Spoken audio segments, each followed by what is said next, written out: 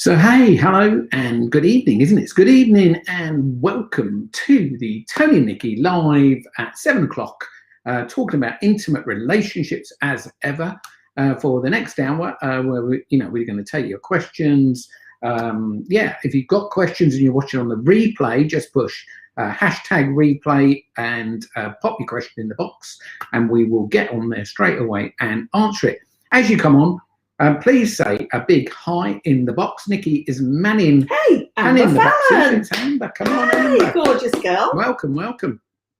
Anybody else? We've got more people coming on. So, yeah, please do introduce yourself. They're well trained. Oh, come on. Say hi and maybe where you are. That's always fun, just to know where you are, either in the UK or across the planet.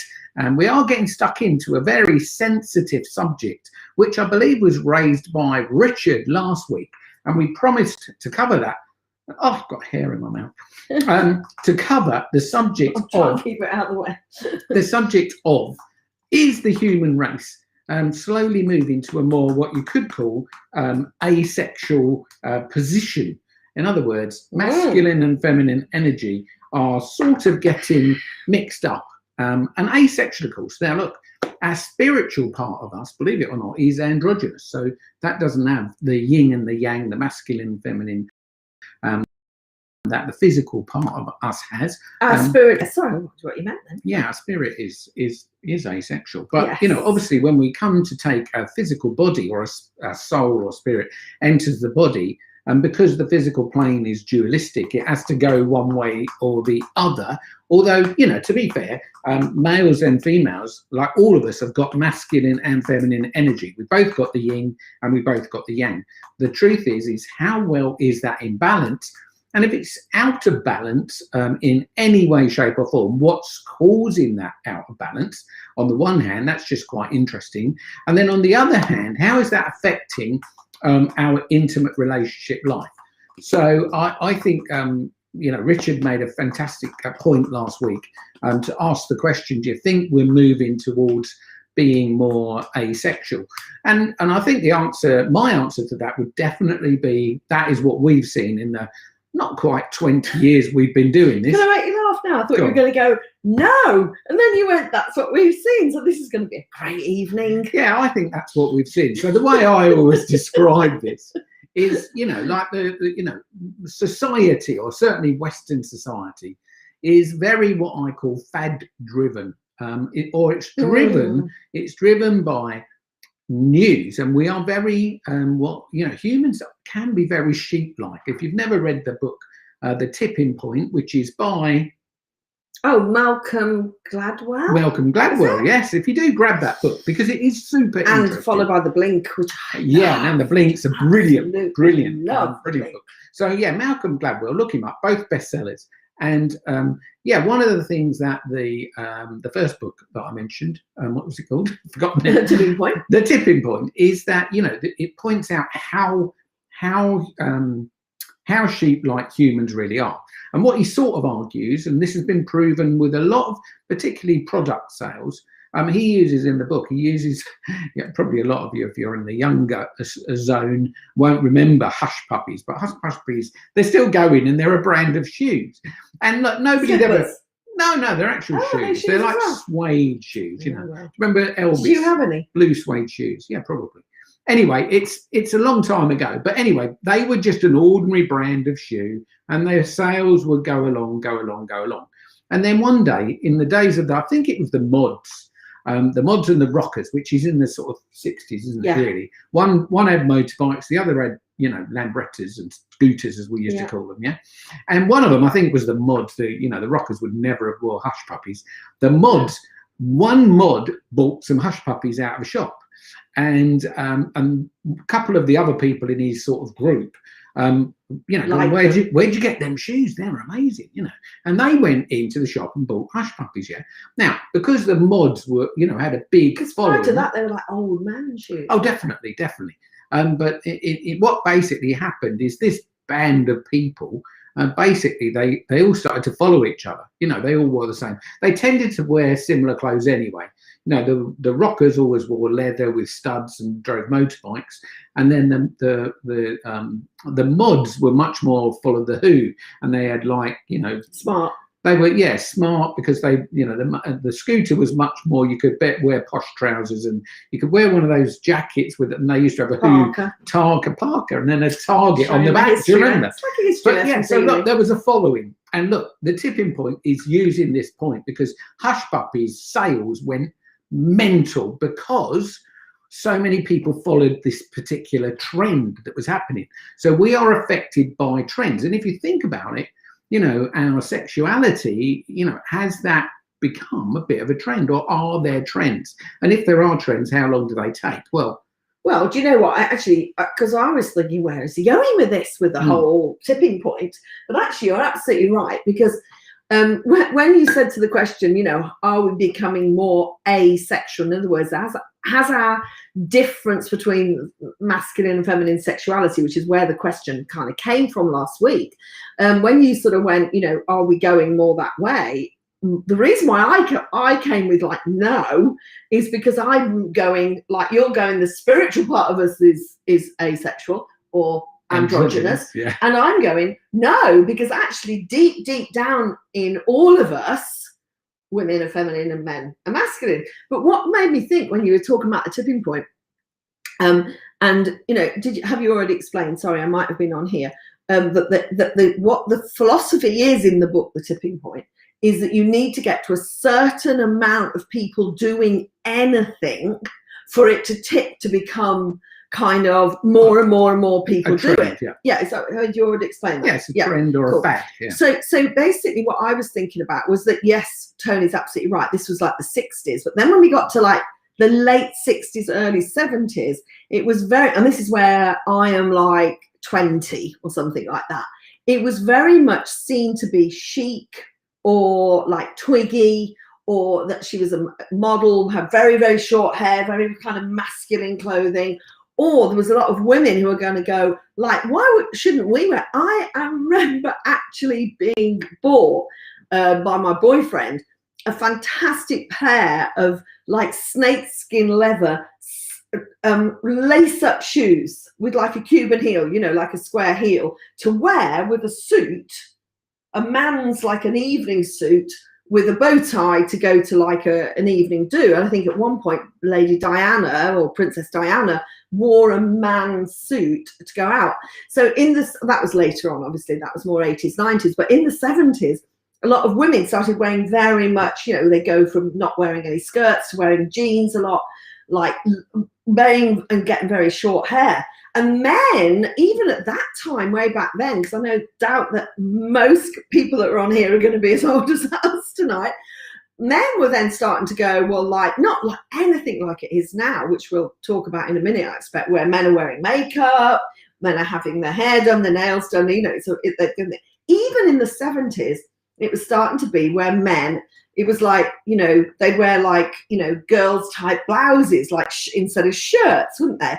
And they'd start to wear, this is way, well, they all grew before, their hair long, if you think about it. Like grew their hair long, yeah. And they would have like really like, they wear like, maybe they'd wear jeans, but they'd wear really feminine kind of tops with like, you know, like stringy bits coming out here and all that. But when I think back, actually, yes, it was almost like the age group was, we can do what we like, understandable, but what they did, and also this was the beginning of people, which like the sexual revolution, which is like women were kind of going, yeah, well, you know, if a guy is like having lots of girlfriends and sleeps around, he's seen as like some young buck. Whereas if a girl has lots of boyfriends and has lots of, you know, sleeps around, she's seen as a slut kind of thing. So a lot of women at that time started going, look, if I want to like just go out one night and have sex with somebody, I will. And it was almost like not so much the physical body, which was what I was thinking of, you know, which is the core sexuality of a woman or a man.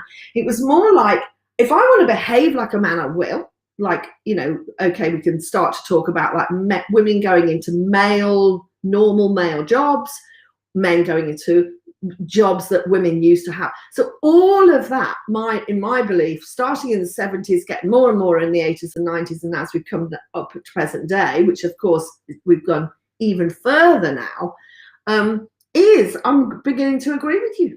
I think it is more asexual. It's more of a blurred line, I think. I think that is true. And I think if you go back and you look at, there are various moments in history where there is a change that happens, and that's sometimes caused by, people like the news media, of course. They have a big sway on all of this. The television in today's world, your computer, where watching this on YouTube. If you're watching, by the way, if you're watching on YouTube or you haven't been to the YouTube channel, please do run over there and press the subscribe button. Run, because we're live on all three. Yeah. So anyway, that's all good. But yeah, if you look back over history, there are moments in time where things change slightly, and then we hit a tipping point, and then we either come to a new normal, which is an interesting language to be using now, and then we go along, and then there's another new normal. Yeah. But that has all seemingly sped up. Definitely if you go back to Victorian days, you definitely had man was what I call more alpha male. So there was a big gap between masculine, feminine energy. Men were all horrible. I say all, that's probably too much of a generalization, but they were very aggressive or superior, should we call it. Definitely in the home as well. Oh, massive. Seen as like he could do what he liked and she had to do what she was told. That is a massive. If you read anything from Victorian times, you can just see the massive divide. And of course, you can see the backlash that happened. But as you think about it, it happened quite slowly, because the news media were much slower. Newspapers really didn't happen until news was disseminated very slowly, whereas as newspapers started to come along, and before the radio and before the television, they started to sell in the millions, and then they started to have an effect on people. So a lot of it was driven by news. And of course in the 20s we had women getting the vote and all of that, so that was a big changing point. The Second World War was another big changing point. Then the swinging 60s, and if you think about the swinging 60s, one of the big things that happened is contraception. I mean, contraception changed everything, because it made much more, we were able to be more sexually liberated. Then you got, for example, a change in the divorce laws, another huge blip in human activity and the way we behaved and the way we thought, and the liberalisation. So I think there's been a massive liberalisation of sexuality that has led us down a road which you have to go, look, is it serving us? Like, when often humans, I think we're very short-sighted, because we can't see it. We've been in business for years and years and years, and often you make a decision, but what you don't think through is you don't go into the future and think of some of the consequences of that. So you make a decision, and there's always a reaction to that decision. So when any of these life-changing situations happen or occur in general society, and particularly now, as I say, the news media pick it up, change starts to be faster and faster and faster and faster. So liberalisation has gone faster and faster and faster. And, the news media carry, probably a very disproportionate amount of asexuality compared to what they were, because of a change in sort of society's rules, beliefs, if you want to call it that, sort of deep-rooted changes that happen. And then the news media, or the TV in particular, they pick up on that because they don't want to, in many ways, be out of favour. They do things that then promote what is, something that's often very private for people. They promote it very publicly. And then I believe that the downside is it can have a very big effect on the next generation, the young generation, because they then see that as the norm. So if we take it, forget the asexuality thing, but if you think about the young generation, the millennials, they didn't know life really without, a mobile phone. They just didn't. And I believe that's had a massive change in effect. And if you look at a mobile phone from like early, 2000, it's only 20 years ago, yeah. So if you were born in, 2000, you're only 21 now, but you would have not known life without a mobile phone. Your parents would have had mobile phones, and although they're very different, they're now, a full-blown computer, aren't they? And what goes on that computer is unbelievable, and it changes things. Well, that's what we've had a lot of comments, which I'll read out in a minute, because I think they're really, really good. Because I think that actually what's interesting, if we come right up to why we're having this conversation. So, of course, this is Saturday Night Live with Tony and Nicki V, we're all about intimate relationships. And of course, that as the 70s, 80s, 90s, and it became more and more, well, I suppose we had more freedom. When you were talking about, you know, men being very dominating over women, I mean, that was happening right up to like probably our parents' generation in most cases. You know, there's a few sort of very, you know, liberated women, but then it was mostly in behind closed doors. It was the man had more freedom to do what he wanted and the woman didn't. So I think that there's been a lot of good from it. And just to, you know, one thing that Kay is saying is like, you know, this is like, well, things have to change because men and women need to be paid the same for similar jobs, which is a lot on the news about that. Well, actually, I mean, I think that compared to earlier days, in most cases, there's a lot of equality, which is a good thing. Why shouldn't they, when we talk about money? But what I think is really interesting, and I suppose this is what stimulated this conversation tonight, what's interesting is that as both men and women have felt more freedom to do what they want to do, that means they do what they want to do in terms of jobs, they do what they want to do in terms of relationships, they do what they want to do in terms of sexuality, they do what they want to do it now in terms of gender. What the interesting thing is, Dana was saying, well, look at the census questions, right? The census questions, you know, this time round are asking, you know, do you have the same gender sexuality as you had when you were born? Do you know, are you in a heterosexual relationship or a gay relationship? Are you gives you lots of different options. And I mean, I think I can speak for you here, is that we have any judgment. In fact, you know, that's part of what we teach in a lot of our you know, a lot of our workshops and things is we've always been about, you know, teaching people to have no judgment. What we're challenging here tonight, which is a contentious thing to challenge, is to say, has that helped people to be happy? Has that helped intimate relationships? And what we found by, you know, working with people, we've worked with, clearly worked with lots of heterosexual couples, lots of heterosexual people who are single, men and women. We've worked with many gay, lesbian, homosexual couples, and we've worked with transgender couples.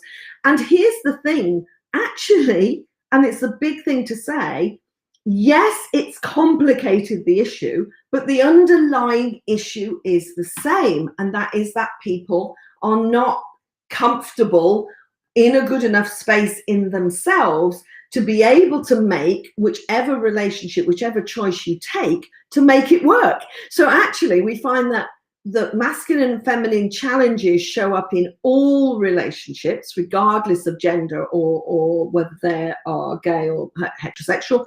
And we see masculine and feminine issues raise themselves in individuals as well. Yeah, I think what's interesting is the more balanced your yin and your yang in you as an individual, then the more stable you tend to be. So if you think about, you know, what negative emotionality presents itself in your inner world when things aren't going well, this is a sign of your level of consciousness in many ways, or your level of awareness. So say, for example, something happens outside of you and you immediately get angry, and that is your go-to emotionality, then unfortunately that tends to be imply that also your yin and yang is going to be out of balance. Now, it depends how you get angry, because you can be angry inwardly or externally. Now, if you're angry externally, you're more likely to be using your yang energy, whereas if you're angry more internally, you're going to use your yin energy. So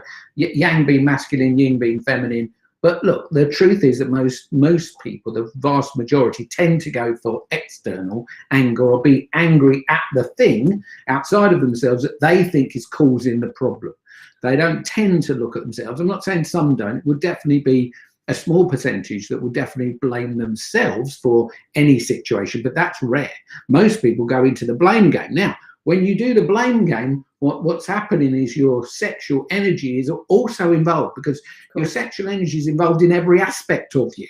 And it's how do you use that sexual energy? And when we're less evolved or less aware of ourselves, then what tends to happen is your sexual energy is out of balance. And so what then happens is you meet somebody else, because you remember, if you've been on these before, we definitely subscribe to the view that like energy attracts like energy. It's like magnets. Humans are magnets. You know, we've got electromagnetic energy. So we attract somebody like ourselves. So if our yin and yang is out of balance, we're likely to meet somebody with equal yin and yang out of balance that's sort of the opposite to us.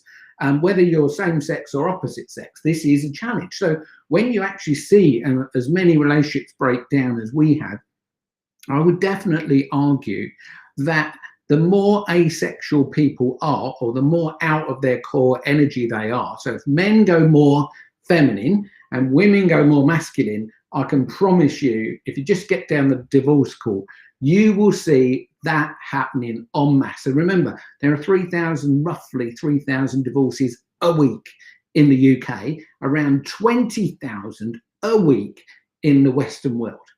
And the Eastern world's very, very different. But the Western world, of course, we're using our mind a lot, and we've got a different model of the world in the West. But literally, you will see this happening with all the relationships are breaking down. Now, of course, that's just divorces. They reckon that twice as many relationships break down where people are not married than are married. So that means that something like 9,000 relationships a week in the UK are breaking down. And then there's add on top of that, the amount of people that are in a relationship that's not working. If you were there when we were talking about levels of relationship. Yeah, so they're in the, well, yeah, I mean, actually, if you were listening, we did a whole evening on the levels of relationship, whether if you remember, this was like the very lowest level of relationship when neither person is happy is very more dysfunctional. And interestingly, I've got some interesting comments which I just want to read out that I want you to comment on, Tony. Is what you've just said, that basically is, regardless of what choices people make, if the question is, are we in danger of moving towards removal of sexuality? In some ways, I would say no, we're actually moving towards even more sexuality, because but in a red way. Yeah, not healthy. So that's what I want to just read this out, because not healthy in a human sense. Because look, you know, if you're in a great relationship, if it's really firing on all cylinders, you will have a feeling of fulfillment in your being. Yes. On a very regular basis, you know. So if you have any negative or low energy feelings in your relationship, it means your relationship's out of balance somehow. And that would often mean that your sexuality is out of balance with your core energy. Yeah? Yes. And then when we talk about sexuality, right, again, this healthy sexuality, again, no judgment of anybody's choices, just healthy, being healthy, not just as an individual, but being healthy in your own core sexual energy. Yes. But what's interesting, Amber's making two really, really good points. So I'm going to read back one at a time, because I want to hear, Tony, what you think about it. She's saying the strange thing is that the media and culture has become so saturated with sex, in particular in the last 10 years, with the likes of high def porn on demand. I suppose perhaps that's high demand. High definition, HD. Is that high high quality definition? Oh, maybe it's not. I can't tell me if I can't imagine Amber saying it's high definition. But anyway, high porn, high sweet porn on demand, Tinder, Grindr, OnlyFans. Grindr, I think you find it's called Grindr. Not that I've ever been on there. No. Tinder, Grindr, OnlyFans, and Cardi B. Amber, I am so well. Amber doesn't even have a TV. Amber knows all about this, and she says that fewer and fewer people are forming actual relationships. Yes. And casual sex has become more common and less stigmatized. So I just wanted to read that bit out first. But I believe got some other cases. Is so true, and I believe that's leading this sort of what we call, you know, sexual freedom. And of course, this first happened in the days of the flower power hippie type people, where they all started to smoke drugs now, or smoke and take things that changed their awareness of reality, should we call it, or the 3D reality. It took them off into other dimensions, other levels. If you study anything about LSD and stuff like that, what it did in the early days to people's sexuality. And look at I mean, it's mad today how illegal drugs are basically out of control in the Western world. I mean, it is absolutely such a shame. And the reason that it's such a shame in many ways is because people take drugs to change their reality because they're not happy with their current reality.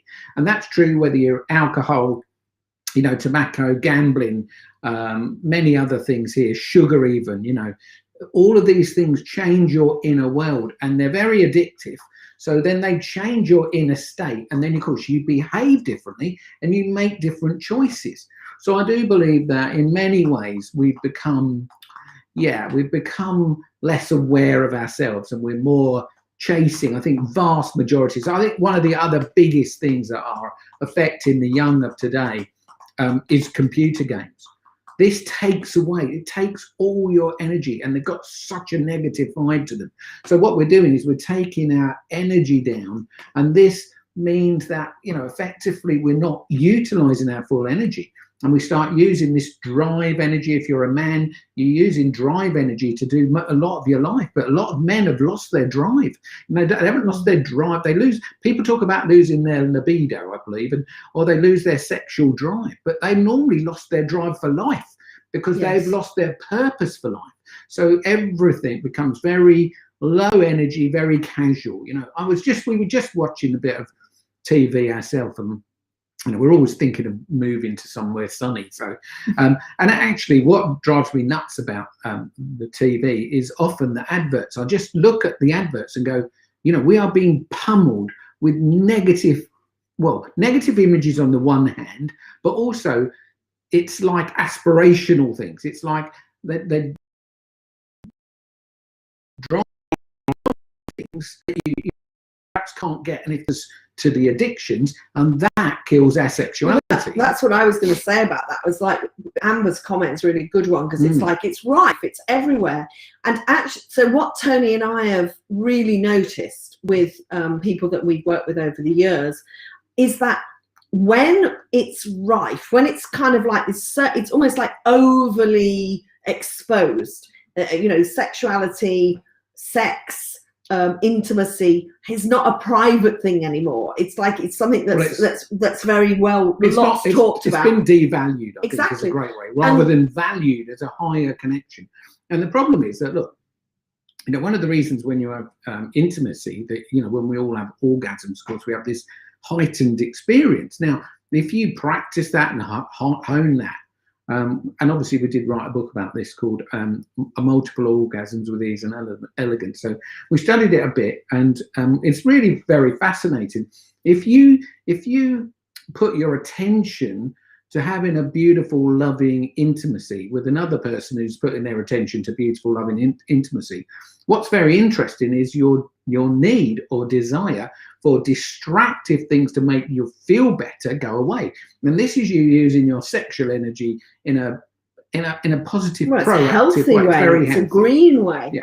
And interesting, that's what I was really thinking along the same lines. So I was going, this brings us to the subject that when we talk about intimacy, we go, there are two completely distinct ways, regardless of your choices, as to how you have intimacy, a physical intimacy. You're either doing that in a way that's loving and in exchange of love and intimacy, or it's in a very red way, as we call it, where you're just trying to get your needs fulfilled. Maybe you need release, you're stressed out. And unfortunately, over time, according to some of the people we studied with, over eons, like hundreds and hundreds of years, we've come from being very natural in our approach to intimacy, love making, you might call it, to a very mechanical kind of, and it seems to be now the same for men and women. And my understanding, and a bit funny, I was speaking on a event, a virtual event the other night, with women, called the Sexy Ladies Summit, which was I was very flattered to be asked to speak on the Sexy Ladies Summit. But actually, when I was talking about them, I was saying, look, you know, being sexy, there's nothing wrong with being sexy at all. In fact, it's a great thing for a woman to be sexy and a man to be sexy, of course.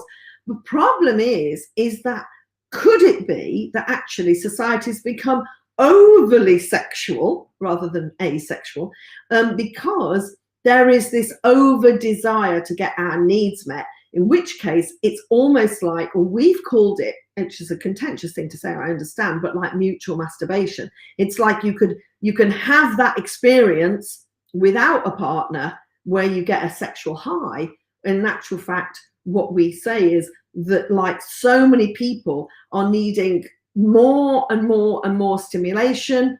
That's where sex becomes very, it can become too violent, or it can become very overly kind of well, it's manipulation. Yeah, manipulation. It's really what we're doing. It's like a drug. But they can't get enough. You're looking for a high, and the high is the orgasm. So then you get transfixed on having another orgasm, and you're mostly transfixed on having your own orgasm.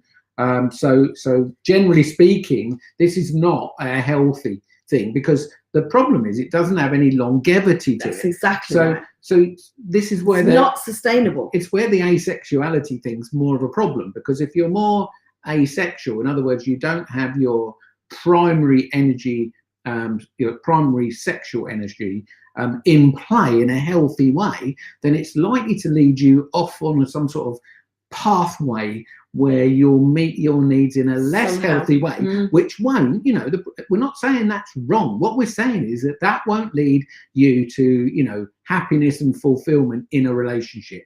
It will tend to lead to either lots of short-term relationships which don't feel very fulfilling and keep coming to an end, or you end up in a long-term relationship that's not fulfilling. Maybe you've got kids and you don't want to disrupt life. Yeah. This then leads to infidelity, of course, and then infidelity is like sworn against. People, particularly women, they generally cannot deal with their man going with another partner. So this causes massive disconnections, and we're not saying that's a healthy thing at all. But what leads us to go with somebody other than our committed partner is very fascinating. Well, what's interesting, it's like as you say, it's like when we talk about something being addictive, it's still not sustainable, because you're addicted to more and more highs, in which case that's where infidelity comes in.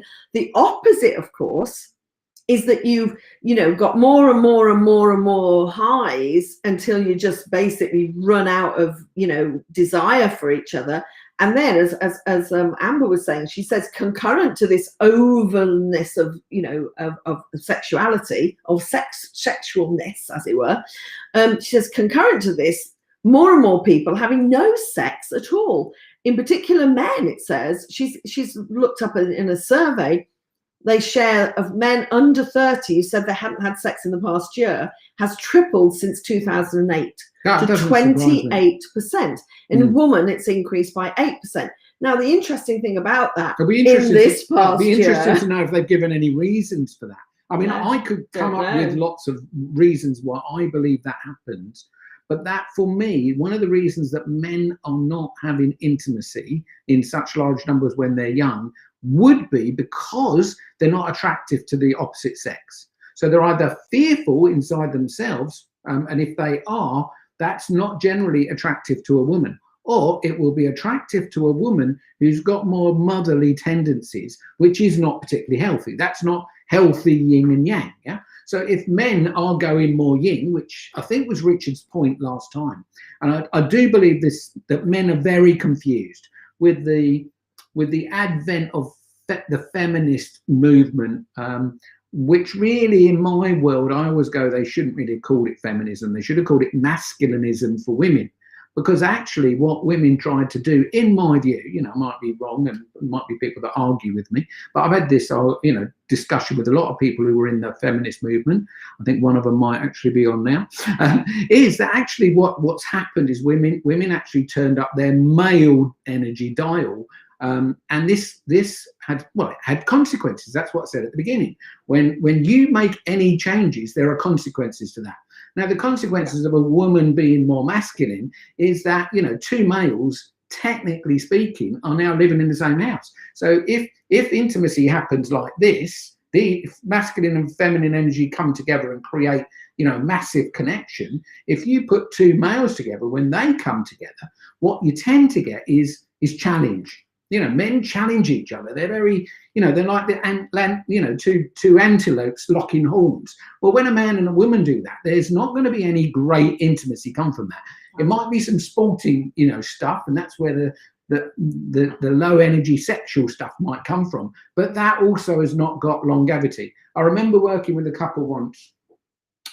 Bless the lady. She was into you know, being overtly sexual because she thought that's what the man wanted. But eventually their relationship ran out of steam because she couldn't bring enough variety, because she actually was like two men, but then he wanted variety. He didn't want her just keep doing the same thing over and over again. What he really wanted was love.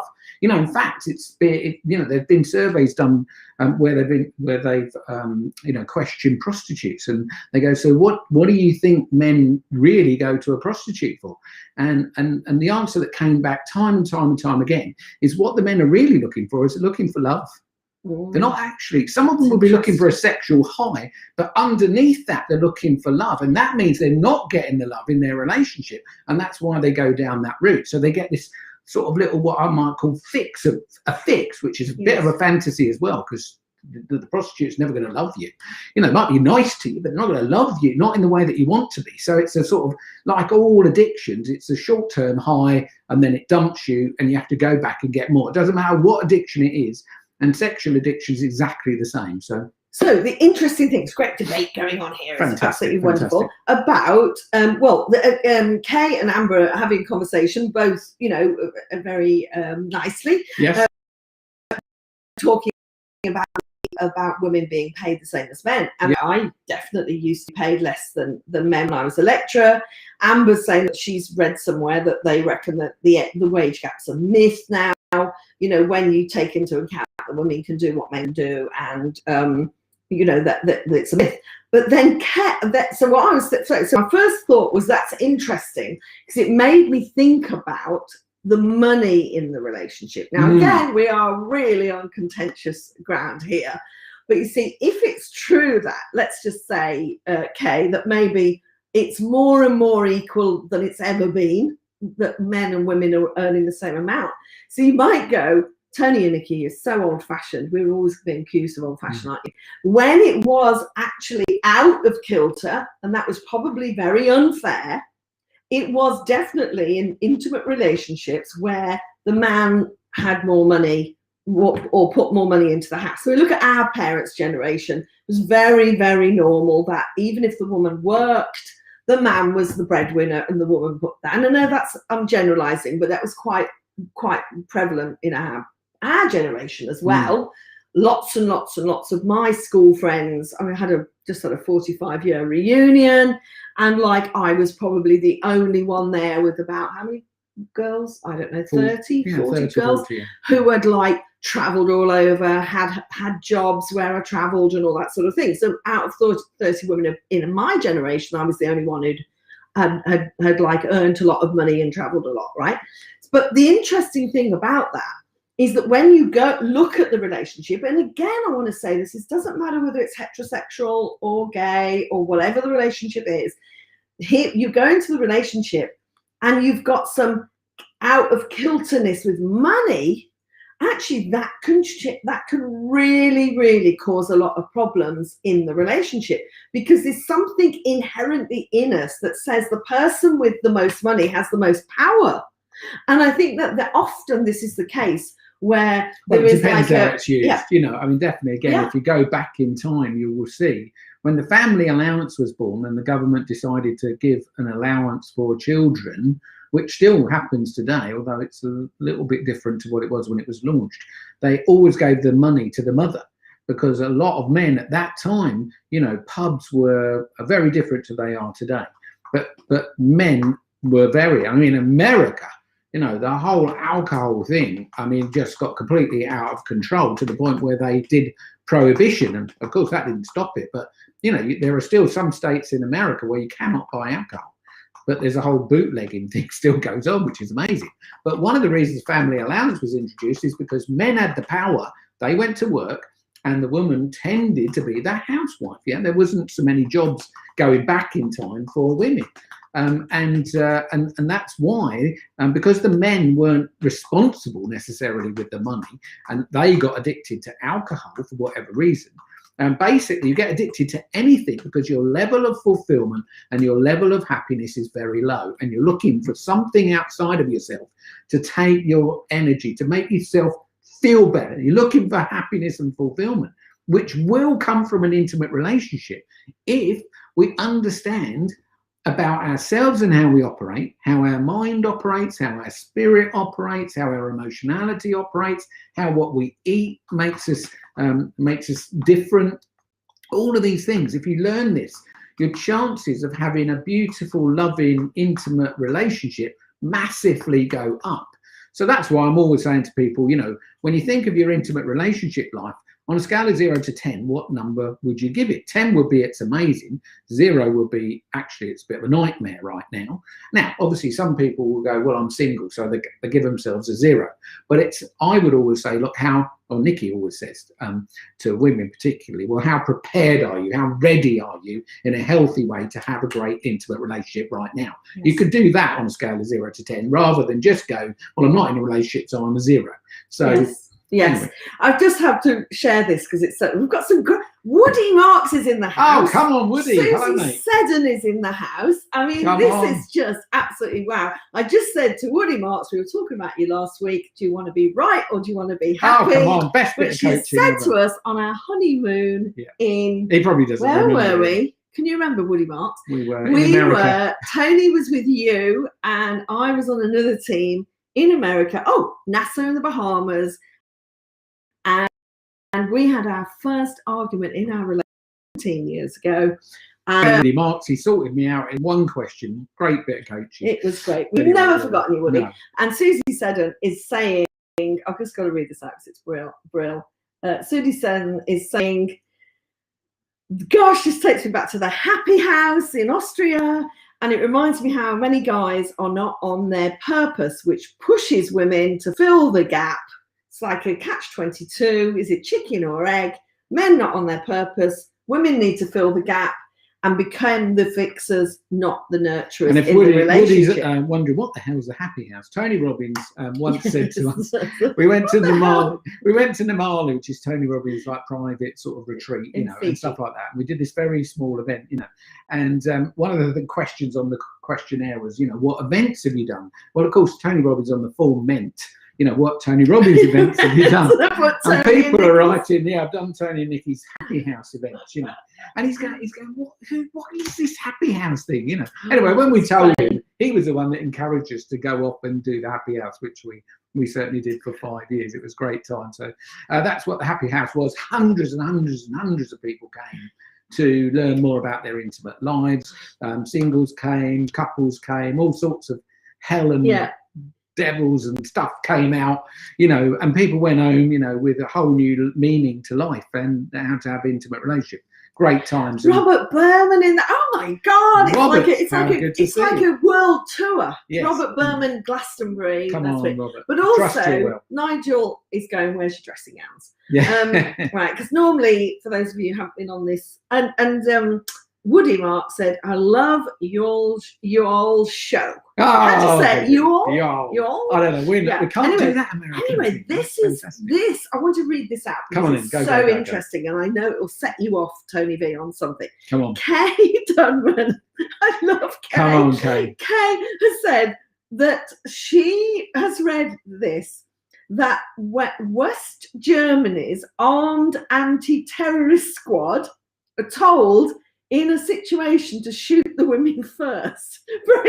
Let me just read this, right? Because, and it's also the advice offered to Interpol to other European squads, as in the female of the species is more deadly than the male. In other words, talk about worrying scorn. And they reckon it's because woman will fight to protect her young. or those for whom they are responsible. Look, I find that a fascinating thing to read out. I'm definitely not going to back the German government there at all, because, you know, firstly, you know, look, I'm not for terrorism, of course. I'm absolutely for peace. And I go, look, the reason there are terrorists is because they're not happy, they're not fulfilled, they feel like they're in the minority, which is where the asexuality thing gets bigger and bigger and bigger. They feel like they're in a minority, and then there's like a cause, and the cause gains momentum, especially when the press go on one side or the other or whatever. And we get this whole duality thing. And it takes, you know, it's a big distractor from, you know, what is the path of the human in the future? Is it a healthy, loving, amazing, giving, a place where humans could be feeling joy and happiness and all of that sort of stuff? Or are we heading on a path where, you know, I'm making this series of videos at the moment called Saving Planet Earth. And I describe it as, you know, the human race are like, you know, driving headlong in a car really fast, straight towards a brick wall. And what are we going to do to stop the car hitting the brick wall? And the truth is, you know, we have to start to think differently, because, you know, the asexuality thing sounds interesting, but look, it's humans which are basically out of balance, and an out of balance human is not healthy. And when we start to have the collective out of balance and doing things that are taking us away from, you know, what you would see as being healthy as a human, or our core essence, you know, and you think about what the humans are doing to the planet en masse, you go, is that positive or is that negative? I ask the question often, you know, if you had to score planet Earth on how well she's doing right now, let's imagine planet Earth is a living being. You know, it's a living thing. It's incredible. It's got this amazing ecosystem of which, you know, we're a part. And you go, right, is planet Earth doing amazing? If it is, it's a 10 out of 10. If it's really struggling right now to the point where it's going to die soon, then that will be a 0 out of 10. What score would you give it? Well, it's an interesting thing to mark up, you know.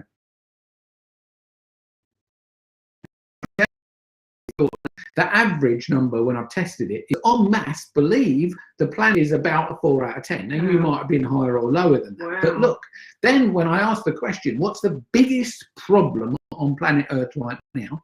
The number one answer is the humans. And I go, yes, and what is it with the humans? And this asexuality thing is a big part of it, because if asexuality is caused because of our lack of understanding about ourselves, you know, like I always say, you know, who was ever taught anything about intimate relationships when they were at school? And of course the answer is no one. It was like left off of the curriculum. And the best they can still do, we're in 2021, yeah, the best they can do, you know, our grandson goes to, you know, one of the best schools in Birmingham, and the other day apparently he came home, and I heard this, just, I wasn't supposed to be listening, I don't think, but I heard that he'd got his first bit of education on, you know, sexuality. You weren't supposed to be. Well, I don't know. It was not a secret. They weren't telling me. I was hearing it. Yeah.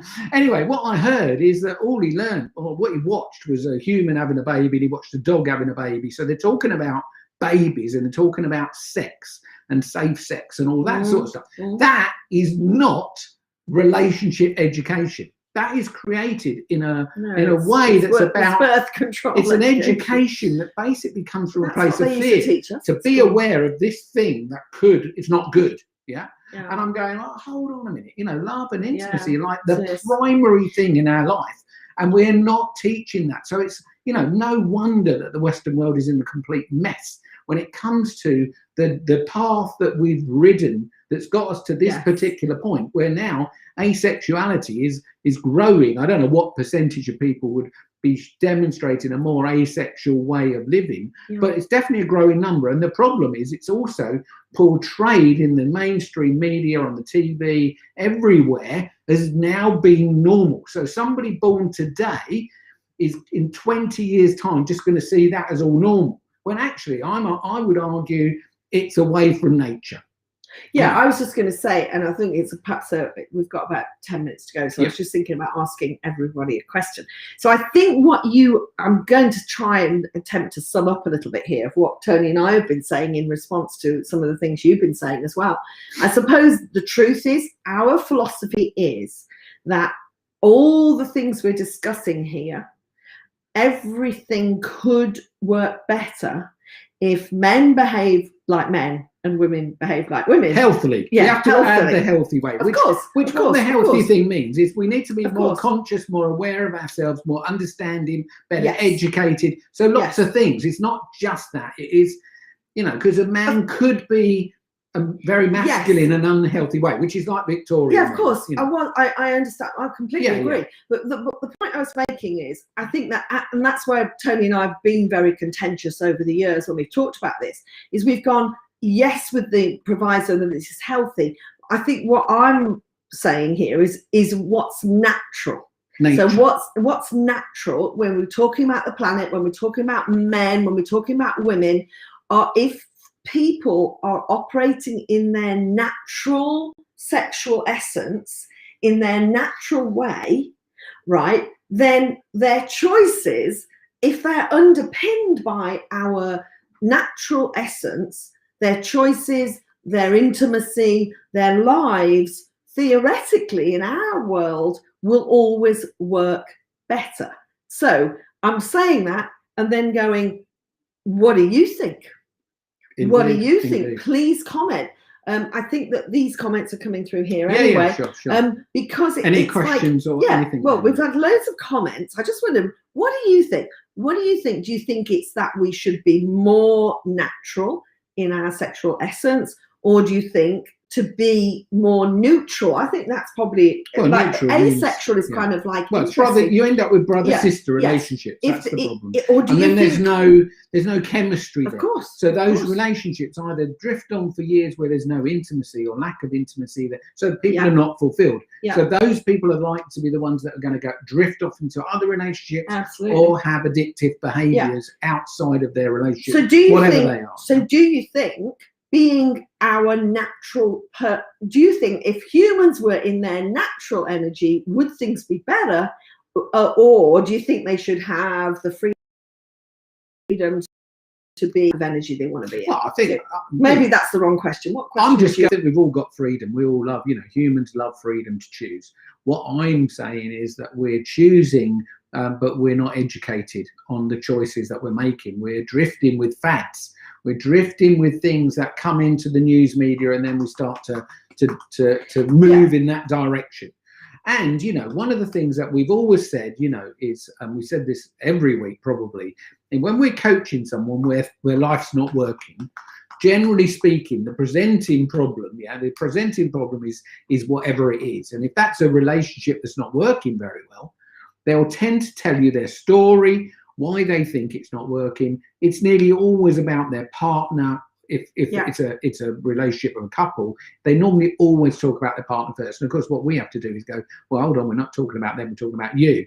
And of course, underneath the problem is the real problem, which is what we need to really dig into and find out what that is. And all I can share with you is that is never, ever what you think it is. No. And I think that's the bit where humans are not doing themselves. We're not doing the best for ourselves. We're all distracted by the addiction so often, and addictions can be just literally our mind's addicted to doing certain things. And all of that takes us away from this vital education. In fact, we could announce here today that we are regenerating the whole Tony and Nicki relationship stuff. We are building a new website. We're going to show you, we're going to give you an education. We're going to give you the education that you never had. And some of it will be hard to swallow because it means that we need to do things differently. But once you've had an education, the education you didn't have, and look, this goes, and that's why I think Kay's point about the whatever they are, the secret police or whatever. Apparently there's a book about it. Shoot women first, because women are because actually we go into our male energy. My point about that is that the news media are reporting that sort of stuff. And look, in wherever they work all this stuff out, that's the madness of the human in the head. But the reason they're doing that is because the humans are so out of control. If you think about it, human behavior is completely out of control. If you look at drugs, illegal drugs in the US, in the UK, throughout Europe, completely out of control. I mean, it's madness out there. And look, this causes all sorts of pain. you know, because obviously wherever there's addictions, I can promise you this as well, wherever there's an addiction, there's money.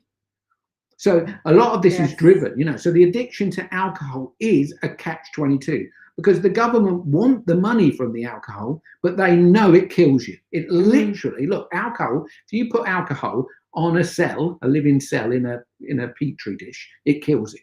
They know that. But, you know, like the UK is awash with alcohol on every corner of every street. I could literally walk down the road. Well, not now. No. Well, the pubs are closed. The pubs are you mean in all the shops? Of course. Other shops are still open. We have 2 shops within, you know, 5-minute walk, and probably within a 10-minute walk, we've probably got a dozen shops selling alcohol. Yeah. So it's easily available, but it's very destructive. Now, of course, in the US, when they went for prohibition, this didn't stop people being addicted to it. So, of course, then it becomes illegal when you've got, you know, the bad guys running the alcohol trade instead of the so-called good guys, you know. But the challenge is the addiction is the problem, yeah? And it's just one of the addictions. But it's so prevalent in society that this takes us away from our core essence all of the time. I mean, you know, it's just all of the time. So I go, look, you know, we are going to put Tony and Nicki B live again. We're going to give you that education, and we'd love it if you're looking for fulfillment. This education is so needed more now than ever, and that's really basically why we've started to do the Saturday Night Live again. As we're going, like, if we when we talk about leaving a legacy, we go, look. Even though our views on intimate relationships are sometimes seen as a little bit old-fashioned, or they're seen as, you know, we say like we're not old-fashioned. We're talking about caveman times. We're not talking about the 50s, or they're contentious. But actually, it's nobody's educating people on this, and therefore, if we don't educate, people don't have choice. No, because otherwise they believe, which is, I think, what you've just been saying, which is so sad, is that they believe that my understanding is that they're using their logic to try and work out how to have a relationship. Absolutely. They're using their logic to try and get their needs met. This trying to be overstimulated by sexual things is like, it's a logical solution to an emotional issue. And it's the education we need to realize that we're doing it to ourselves. So Amber's saying that. Brilliant. Nigel Irvin is saying fan-fucking, and then he went gastric for some reason, but he means fantastic. Yeah, I mean, we are excited. We are excited. We want to know, well, maybe another good question is, if you were going to choose a subject for us for next Saturday night, what would it be? We've talked about such a lot of things every single week, but tonight really, well, last week provoked tonight's discussion about sexuality. We've talked about money. We've talked about red sex. We've talked about, you know, all sorts of different gender things. And I mean, what would you like us to talk about next week? Yeah, what's your biggest challenge? I think that's always good. What's either a big challenge that you see in the world with others? Because often we observe others and then we've got an opinion. So what are you observing that you'd like us to talk about? Or if you're brave enough, you know, tell us your issue. You know, tell us, you can DM us if you don't want to stick it on there now, and just go, yeah, I'd love it if you could help us with this. This is my problem, you know, and then we will cover it. Yeah. So Susie's saying, if both men and women exist in the same lane, I like that, the way that sounds. There's no gap to be complementary. We always talk about that, Susie, as you probably remember us talking about. There's no pull. There's no sexual attraction between men and women, or between two people, if they're on the same path. Oh, absolutely. You know, well, that's why, Richard, you know, thank you, Richard, for giving us this great subject to talk about, you know, and really I'm using the yin and yang, which is a very Eastern term. But I think understanding our energies more, that education, which, you know, many see as esoteric, but the Western brain or the Western mind is so transfixed with its science-based logical teaching that what's sort of effectively happening is we don't understand all aspects of us, and humans are multi-aspected. You know, we're multi-dimensional on the one hand, and we have multi-facets to us at the other. But what we're doing is we're focused on just one of those facets and making everything about that facet. you know, and obviously we've had a little bit of a, you know, interesting chat about, you know, equality in wages. And I go, look, I'm an absolute fan. If two people do the same job, why wouldn't they get the same money? That seems a very fair deal to me. But actually, I really get it that from the viewpoint of the way we use our energy, the way we use it. Well, let's just say also, I think that what the police, the German police are saying is in many ways true. I've often made the statement that feminine energy is actually much stronger in some ways than male. Strong being an interesting word to use, because women are they're multitaskers. Men tend to not be able to multitask. If you give men 3 jobs, what they tend to do is go, boom, I'll do that one first, then I'll do that one, then I'll do that one. Whereas women will have a go and they can sort of juggle much better than men. So I do believe that, you know, feminine energy is not weak, woolly, Barbie doll pink stuff. You know, it's a beautiful energy that when used in a beautiful way to its fullest, complements the masculine energy when used in an amazing, beautiful way. And those two energies coming together will create a loving, fulfilling relationship together. But you have to work on you first, because if you keep attracting people into your world, or not attracting people into your world, then you have to look at you and go, what am I doing that's getting me this result? Because, you know, if it's true, in fact, I wrote a comment to the amazing Leela Singh tonight, who, you know, was saying that in coaching, you know, we're sort of a bit of a mirror. You know, if you keep getting coaching clients that have got the same problem, it's normally because as the coach, you've got that problem as well. And I think that's true. You know, when you look at the challenges you're getting in your life, whatever they are, relationships of a certain type tend to be very common. You know, you're coming out and you go in and out of relationships and they've got some similarity. Well, we always say you are the similarity if you're having multiple relationships. You bring in your energy to that relationship. But if you're not in relationship, something going on in you that's, you know, making you, you know, not so attractive to the opposite person. So what's that all about? So I think digging into all of this is fascinating stuff, so that we can learn about us. But that's where the education comes. Absolutely. Everybody's going, yes, more education needed always. And Kay's asking, you know, let's look about how we can avoid complacently taking things and taking our life for granted. Yes, that's very good. JB is saying about the you know, relationships in very real trouble, the contemptuousness stuff, and how to change all that. And so I was saying, yes, we did talk about contemptuousness, I think, once a couple of weeks ago, but the whole Gottman, you know, philosophy, Greg Bear philosophy on relationships, that would be a good thing to do next week. Sure. Okay, cool. Fantastic. Right, so it is 20:02. We've used our hour up. That went like a flash. Wow. So thank you so much for joining in and being a part. Thank you for all your chat, your questions, your comments, your input. It's really, really appreciated. And if you've got any further questions or any offerings that you'd like to ask us that we could utilise in next week's Tony and Nicki V Saturday Night Live at 7 p.m. And actually number 8 next week. So if you haven't seen the others, do zip over to YouTube, where they're all stored beautifully in a nice, you know, playlist or whatever you call it there. And there's now 7 hours worth of this sort of stuff.